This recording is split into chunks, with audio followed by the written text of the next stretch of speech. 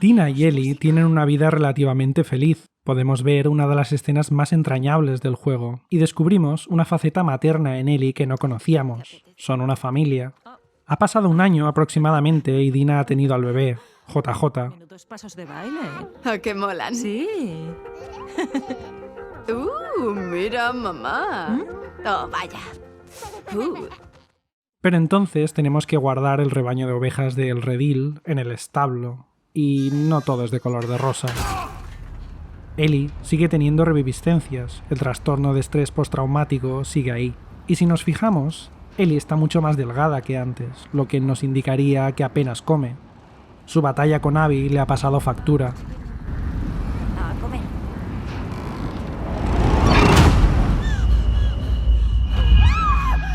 ¿Ellie? Oye, Ellie. Mírame. Tranquila, estás en casa. Estás en casa. Respira, respira. Cambiamos de escena. Ellie ha estado cazando, aunque no somos partícipes de ello. Esta parte fue eliminada del juego en sus etapas finales.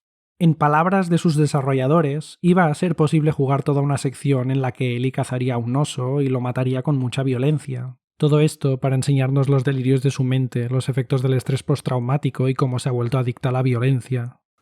Al llegar a casa, vemos un caballo con la marca de Jackson. Tommy aparece en escena. Para nuestra sorpresa, no estaba muerto, pero claramente la flecha de Lev y el disparo de Abby le han privado de movilidad en una pierna y le falta un ojo.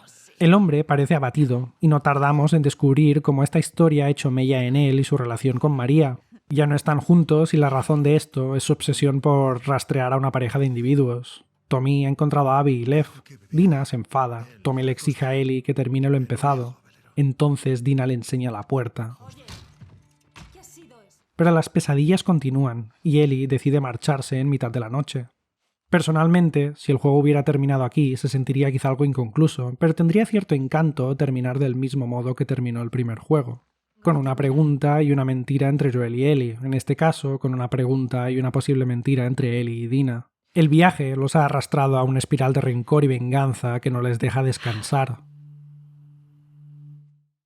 La acción se traslada a Santa Bárbara, unos meses después, donde Abby y Lev siguen buscando a los luciérnagas. Su búsqueda parece fructífera, pero desgraciadamente se les acaba la suerte y son capturados por una facción esclavista llamados The Rattlers.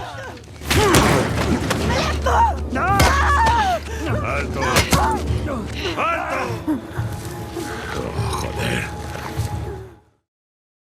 Ellie entra en escena, y siguiendo las indicaciones de Tommy y las pistas que han dejado Lev y Abby, finalmente logra encontrarlos. Pero quizá no de la forma que esperaba. El viaje ha sido duro, ha causado mella en ella, pero su aparente rival tampoco está en la mejor de las condiciones. Estos han sido dejados a su suerte bajo el método de crucifixión. Ellie, perpleja, desata a Abby y vemos cómo ha perdido esa enorme masa muscular que la caracterizaba. De pronto, Abby no se siente como una amenaza. Ellie duda y ambas caminan hacia los botes varados en la playa. Las reviviscencias entran en escena una vez más y Ellie parece decidida a consumar su venganza. En un último acto egoísta, Ellie se vuelve despreciable, la lucha no es justa. Abby no quiere pelear, pero Ellie no le deja otra opción. Sí, que lo harás. Esta pelea es especialmente dura, pues si no actuamos con cierta determinación puede alargarse un poco más de la cuenta y resultar más agónica de lo que ya es de por sí. Todas esas decisiones que nos han llevado a cuestionar a Ellie culminan en este momento. Consigue que queramos parar, simplemente estamos agotados, como estos personajes, y esta venganza hace mucho que dejó de tener sentido. Parte de la empatía que mostramos por Abby y la desconexión que tenemos por Ellie son naturales, pues parte del desarrollo del personaje pasa por deshumanizar a Ellie, haciendo que esa montaña rusa de emociones, presente durante todo el juego, culminen en esta extenuación y desacuerdo. Ellie no quiere matarla, del mismo modo que tú tampoco lo deseas, y es una escena tremendamente agotadora. Finalmente, su último recuerdo feliz sobre Joel desencalla esta situación, dejándolos marchar. Ellie llega a su resolución. El arco del personaje debe cerrarse y en el camino lo ha perdido absolutamente todo.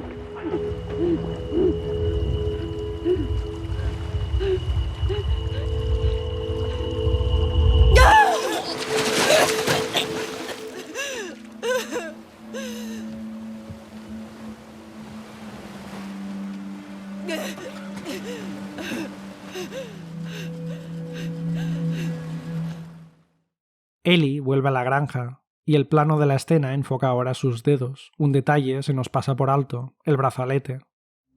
Espera. Dame la mano. Te darás suerte. No creo en la suerte. Yo sí. Hay una teoría con respecto al brazalete. Durante los sucesos en Santa Bárbara, Ellie no porta dicho adorno, pero en cambio, al volver a la granja sí. Esto podría significar que Ellie y Dina han hecho las paces, que Ellie ya ha tenido tiempo de volver a Jackson y han decidido continuar su vida dejando a Joel atrás. Una dulce teoría.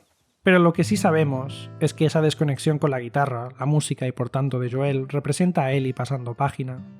La última escena nos rompe el corazón y vemos, una vez más, a Joel la noche antes de su muerte. Esta conversación es esclarecedora, pues nos deja entender por qué Ellie no lograba sacar de su cabeza la idea de perderle tras la decepción y la mentira.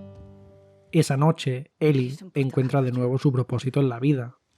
Joel le arrebató su propósito al matar a los luciérnagas y privarla de la decisión de ser una cura para la humanidad. Entonces, cuando decide intentar perdonarle y tener poder sobre su propia decisión, tras años de apenas hablar con él, Abby llega y le arrebata de nuevo el derecho a decidir. Privada de esa libertad de decisión, la agonía y su sed de venganza le persiguen hasta un final que nos deja rotos. No creo que pueda perdonarte nunca.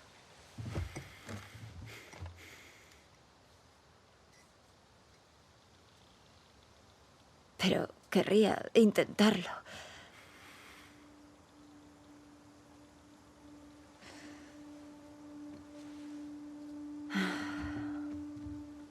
Sería genial. Perdonando a Joel y dejando atrás su recuerdo, Ellie finalmente se marcha. Es interesante poder sacar varias interpretaciones de esto, pero también, en entrevistas que he visto con Neil Druckmann, Haley Gross, Troy Baker, Ashley Johnson, Laura Bailey, se menciona que a dónde se dirige Ellie en estos momentos es desconocido. No pensaron en esos detalles, o no los quieren revelar, pues eso ya sería otra historia que contar y en palabras de Neil Druckmann querían dejar el final abierto a interpretaciones, como en el primer juego en realidad. Lo que sí se ha confirmado en estas entrevistas es que la pantalla de selección del juego, cuando cambia ese bote con atmósfera oscura por otro varado en la playa con la puesta de sol en Santa Bárbara, significa esperanza. Te dan a entender que Abby y Lev han encontrado a los luciérnagas, ya que en el horizonte observamos un edificio similar al descrito por estos. Con este final, el juego nos deja exhaustos emocionalmente. Es un juego denso y al que hace falta tomarle el pulso, respirar y reflexionar tras acabarlo. Es un juego que, si te ha gustado como a mí, te deja un vacío casi imposible de llenar tras acabarlo. Un juego lleno de detalles y matices que ha causado división y disparidad de opiniones. Un juego que ha convencido a unos más que a otros y que no ha sentado bien a algunos jugadores. Es un juego que se sufre, sí, pero la forma en que juega con el jugador y cómo despierta esas emociones es algo que ningún otro juego ha logrado antes. Por esto The Last of Us es tan especial para mí, porque consigue plasmar una historia a través de un videojuego poco conformista con su primera itineración, y se diferencia en las formas en que una película o un libro logran transmitírnosla. Ni mejor ni peor, simplemente único y diferente. The Last of Us Parte 2 es un juego lleno de contrastes, unos contrastes que nos enseñan los grises de unos personajes muy bien escritos y representados, que aboga por una narrativa que intenta por todos los medios hacernos sentir algo a los mandos. Pero sobre todo, The Last of Us Parte 2 es valiente y lo demuestra precisamente en las formas. No se conforma con darnos más sobre lo que ya conocíamos, quiere ir más allá y contarnos algo distinto. Naughty Dog es un estudio que ha aprendido a evolucionar y a no acomodarse, y eso, en una industria saturada de propuestas parecidas, se agradece.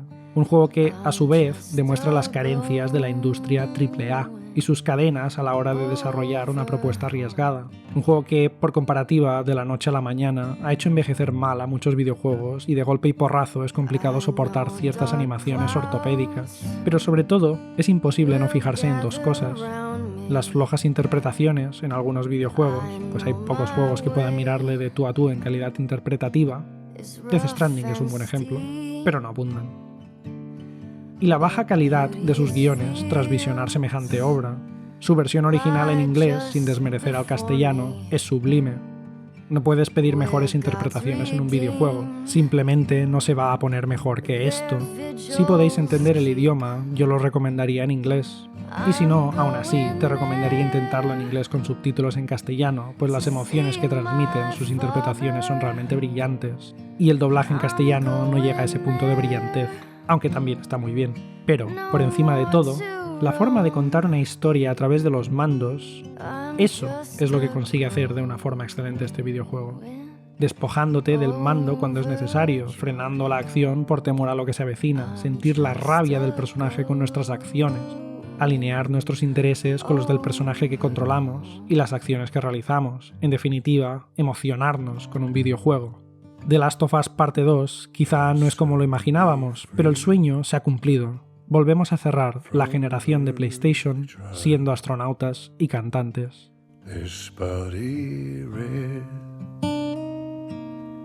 In the old churchyard,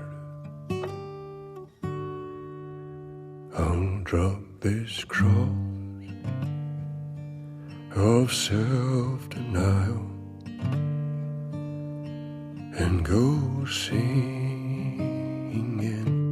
home to God. I'm going there to see my Savior. I'm going there, no more to roam. I'm just a ghost.